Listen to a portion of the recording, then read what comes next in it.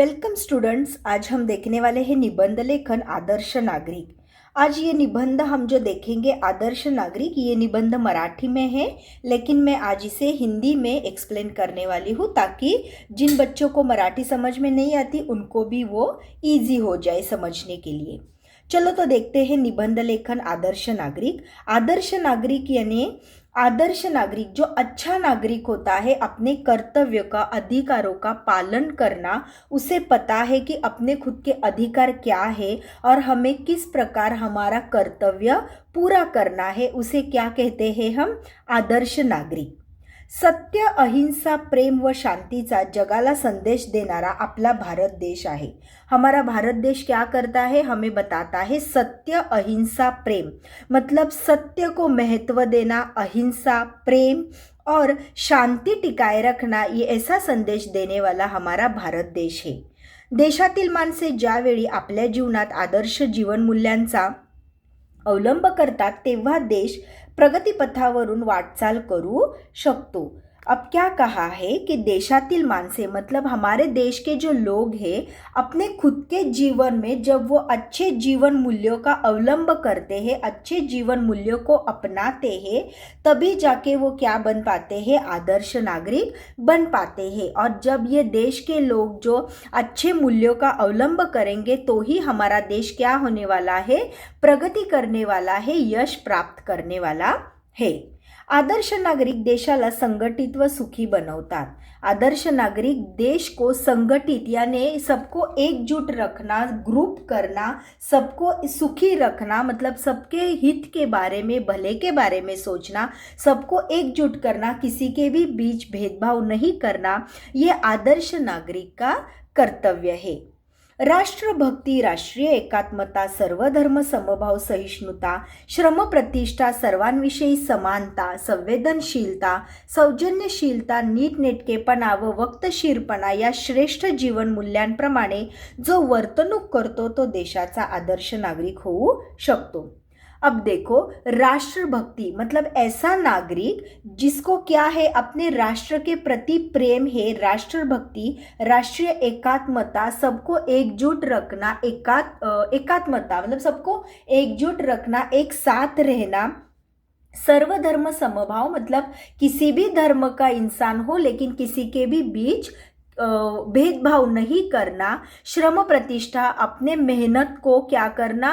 अपनी मेहनत को इम्पोर्टेंस देना, महत्व देना, अपने कष्ट को महत्व देना और सबको समान समझना, नीटनेटकेपणा, डिसिप्लिन, वक्तशीरपणा, सभी समय को मतलब समय को महत्व देना, ऐसे सब श्रेष्ठ जीवन मूल्यों को जो अपनाता है, अपने कर्तव्य में लाता है, उसे ही हम क्या कहते हैं? देश का आदर्श नागरिक कहते हैं। मतलब जो आदर्श नागरिक है उसी के अंदर ये सब श्रेष्ठ जीवन मूल्य होते हैं, इन्हीं सब अच्छे गुणों का उसने अवलंब किया होता है। राष्ट्रभक्ती म्हणजे आपल्या मातृभूमीबद्दल हृदयात प्रेम व भक्ती असणे। राष्ट्रभक्ति किसे कहते हैं? जिसमें अपने मातृभूमि मतलब हमारी देश की जो भूमि है, हमारी जो मातृभूमि है, उसके लिए हमारे हृदय में प्रेम रहना, भक्ति रहना, इसे ही क्या कहते हैं? हम राष्ट्रभक्त कहते हैं। काही नागरिक देशद्रोही व धोखेबाज असतात। अब कुछ नागरिक क्या होते हैं? ऐसे देशद्रोही मतलब जिनको देश के प्रति प्रेम नहीं होता और वो क्या होते हैं? धोखेबाज होते हैं। वो अपने देश को ही धोखा देते हैं, देश के प्रति ही विरोध करते हैं। ऐसे सब नागरिक को हम क्या कहते हैं? वो आदर्श नागरिक नहीं होते, वो हमारे देश के लिए अच्छे नागरिक नहीं होते। ते स्वार्थ साधण्यासाठी वाईट कृत्य करतात। क्या कहा है? वो स्वार्थ मतलब वो अपने खुद के स्वार्थ के लिए कुछ बुरी चीजें मतलब वाइट कृत्य करने के लिए भी, बुरी आदतों को भी अपनाने के लिए तैयार रहते हैं। उन्हें ये नहीं पता कि आदर्श नागरिक बनना है तो हमें समाज के हित के, कल्याण के बारे में सोचना चाहिए, उनका हित सोचना चाहिए, सबको एक समान समझना चाहिए, किसी भी धर्म में भेदभाव नहीं करना चाहिए। लेकिन जो आदर्श नागरिक नहीं होता वो क्या करता है? वो धोखा देता है अपने देश को और वो देशद्रोही होता है और अपने देश के लिए क्या होता है? वो बहुत नुकसानकारक ठहरता है। असे लोक समाजासाठी कलंक असतात। ऐसे लोग क्या होते हैं, जो देशद्रोही होते हैं, वो समाज के लिए कलंक होते हैं, वो समाज के लिए बुरे होते हैं। आदर्श नागरिक परम देशभक्त असतात, और आदर्श नागरिक हम इसे कहते हैं जो परम देशभक्त रहता है, मतलब उसे अपने देश के प्रति बहुत प्रेम और लगाव होता है और अपने देश के प्रगति के लिए वो हमेशा लड़ता रहता है। गांधी जी, पंडित जवाहरलाल नेहरू, सुभाष चंद्र बोस, स्वातंत्र्यवीर सावरकर, भगत सिंग इत्यादी भारत मातेच्या सुपुत्रांची चरित्रे वाचावीत व त्यांचा आदर्श डोळ्यांपुढे ठेवावा। अगर हमें आदर्श नागरिक बनना है, हमें आदर्श नागरिक बनना ही चाहिए। अगर जिस देश में हम रह रहे हैं उसके प्रति हमें राष्ट्रभक्ति, हमें प्रेम होना चाहिए, हमें मातृभूमि के प्रति प्रेम होना चाहिए। इसीलिए हमें क्या करना चाहिए, जो हमारे नेता है गांधी जी, पंडित जवाहरलाल नेहरू, सुभाष चंद्र बोस, स्वातंत्र्यवीर सावरकर, भगत सिंह, ऐसे सब जो हमारे भारत माता के सुपुत्र है, उनके अगर चरित्र हम पढ़ेंगे, उनको सुनेंगे, तो हमें पता चलेगा आदर्श नागरिक क्या होता है। आदर्श नागरिक मनात कोणताही भेदभाव ठेवत नाही, सर्व भारतीयांप्रती त्यांच्या मनात बंधुभाव असतो। आदर्श नागरिक वो होता है जो किसी के भी प्रति भेदभाव नहीं करता, बल्कि वो क्या करता है, हर भारतीय को अपना बंधु भाई समझता है। आदर्श नागरिक देशाचे सर्व कायदे पाळतो। पहली बात तो आदर्श नागरिक क्या करता है, हमारे देश के जो भी कायदे कानून है, जो भी अधिकार है, नियम है, उनका वो पालन करता है। देशाला हानि पोहोचविणारे कृत्य त्याच्या हातून घडत नाही।